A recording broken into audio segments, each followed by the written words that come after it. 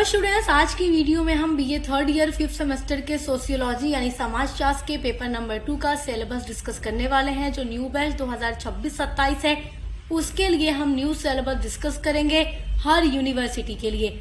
आप चाहे किसी भी यूनिवर्सिटी से पढ़ रहे हैं, आपका यही सिलेबस होगा क्योंकि NEP 2020 के अकॉर्डिंग हर यूनिवर्सिटी का सिलेबस सेम हो चुका है। तो सोशियोलॉजी पेपर 1 का जो सिलेबस है वो हम डिस्कस कर चुके हैं और लगातार उसकी क्लासेस हम चैनल पे चला रहे हैं। उसके लिए प्लेलिस्ट बनी हुई है, तो आप चेक कर लीजिएगा।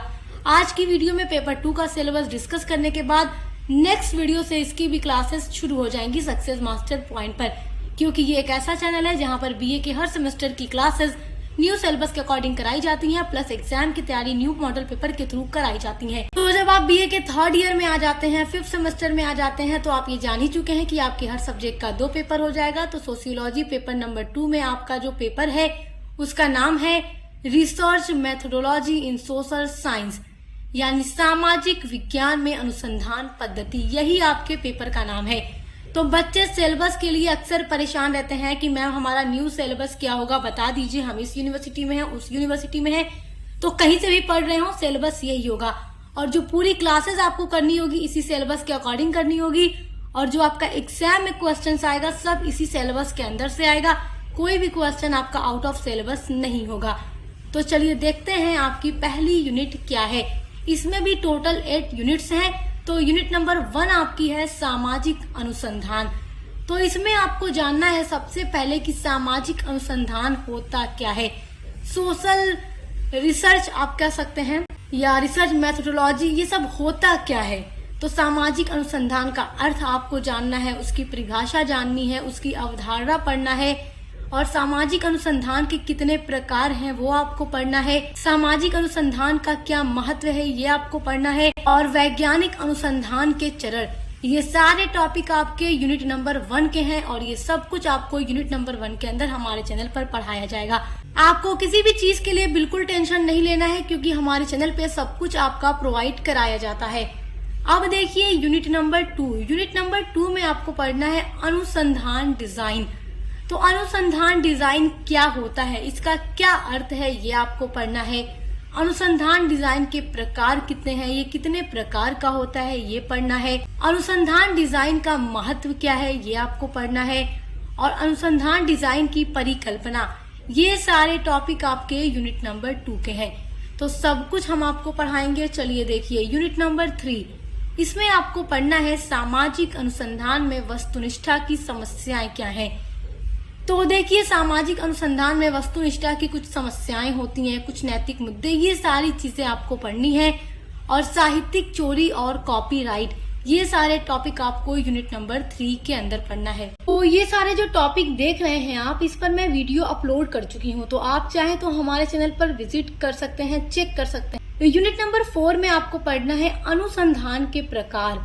तो अनुसंधान के कितने प्रकार हैं वो आपको पढ़ना है। जैसे आपको पढ़ना है इसमें बुनियादी और व्यावहारिक, ऐतिहासिक और तुलनात्मक प्रकार, वर्णनात्मक प्रकार, खोजपूर्ण और व्याख्यात्मक। तो ये सारी चीजें आपको पढ़नी है यूनिट नंबर 4 के अंदर। अब देखते हैं आपका यूनिट नंबर 5। यूनिट नंबर 5 में आपको पढ़ना है डेटा संग्रह, जिसको इंग्लिश में कहते हैं डेटा कलेक्शन। तो ये बहुत ही इजी टॉपिक है और ये मैं पढ़ा भी चुकी हूँ आपके लिए, वीडियो अपलोड भी कर चुकी हूँ चैनल पे, आपको मिल जाएगी वीडियो हमारे ही चैनल के ऊपर, आप चेक कर लीजिएगा।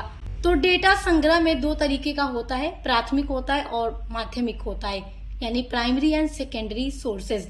तो ये सारी चीजें आपको पढ़नी है जो कि बहुत ही ईजी है और पूरा नोट्स के साथ मैंने आपको कंप्लीट भी करा दिया है।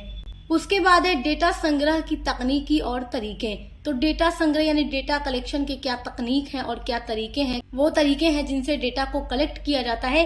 तो ये सारे टॉपिक जितने इजी हैं उतने ही इम्पोर्टेंट भी हैं एग्जाम के लिए।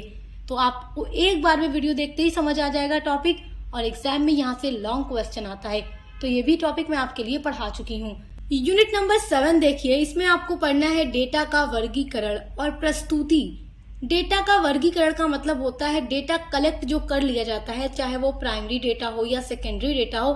जब इन सब चीजों को कलेक्ट कर लिया जाता है तो उसके बाद उसका क्लासिफिकेशन किया जाता है। एक तरीके के डेटा को एक तरफ किया जाता है, तो जो सेम चीजें होती हैं डेटा में उनको एक तरफ क्लासिफिकेशन करके वर्गीकरण की जाती है उसके बाद उसका प्रस्तुति की जाती है, मतलब उसको प्रेजेंटेशन किया जाता है, प्रेजेंट किया जाता है। तो डेटा का वर्गीकरण और प्रस्तुतिकरण आपको पढ़ना है। उसके बाद रिपोर्ट लेखन के बारे में पढ़ना है। जो रिपोर्ट राइटिंग होती है वो क्या है, कैसे लिखी जाती है, ये सारी चीजें आपको पढ़नी है। ये टॉपिक भी मैं आपके लिए पढ़ा चुकी हूँ।